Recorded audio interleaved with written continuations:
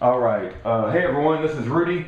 I just recently learned that Sheriff Joe Arpaio is going to be speaking at a church near my town. It's within driving distance, and it's going to be this Saturday night. And so I'm going to plan on going, and I hope to get to the microphone to be able to ask him a question. Now that's my plan, but it may not happen. A lot of things can happen between now and then. So if I don't get a chance to ask him this, I'm going to put the links and the text copy of this question. And if you live in the area, I would ask you to go ask him this question, right? And if you want to add to it, feel free. But somebody needs to ask him some hard questions. See, I've heard people tell me that he's just in it for the money, that he's collected $6 or $7 million, that he makes time for these fundraisers, but he doesn't make time to go to testify in court cases that Orly Tates has brought to court.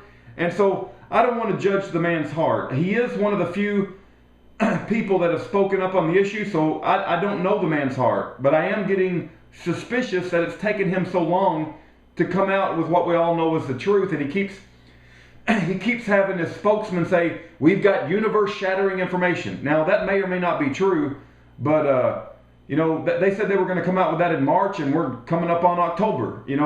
I'm not saying anybody's got... And, you just make up your own mind. I mean, you said it was going to be in March, now we're in October. So you make up your mind. I'm not going to make up your mind. But anyway, if I get a chance at the microphone, here's what I plan on asking him. And this is my plan right now. But I would like for you to help me, right? Help me formulate some good questions.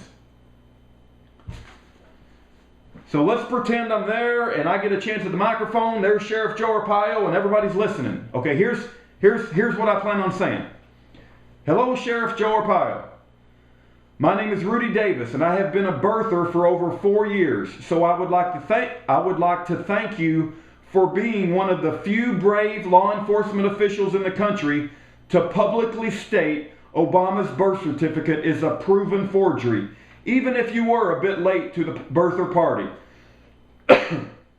As you know, Lieutenant Col Terry Lakin was sentenced to 6 months in Fort Leavenworth prison, and Andrew Breitbart suspiciously died shortly after releasing Obama's own literary biography, where Obama claims himself to be born in Kenya since 1991.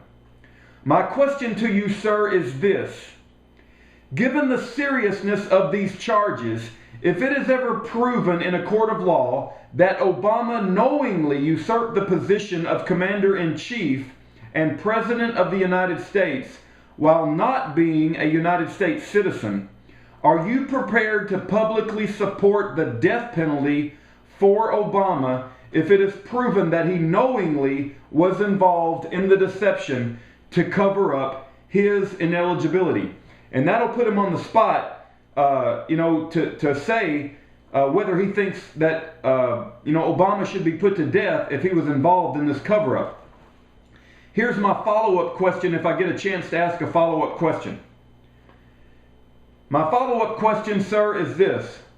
Given that you know his birth certificate is a proven forgery, do you feel a moral responsibility to inform our men and women in the military that there is a potential that their commander-in-chief is an illegal usurper who operates with a willful design to destroy the United States of America?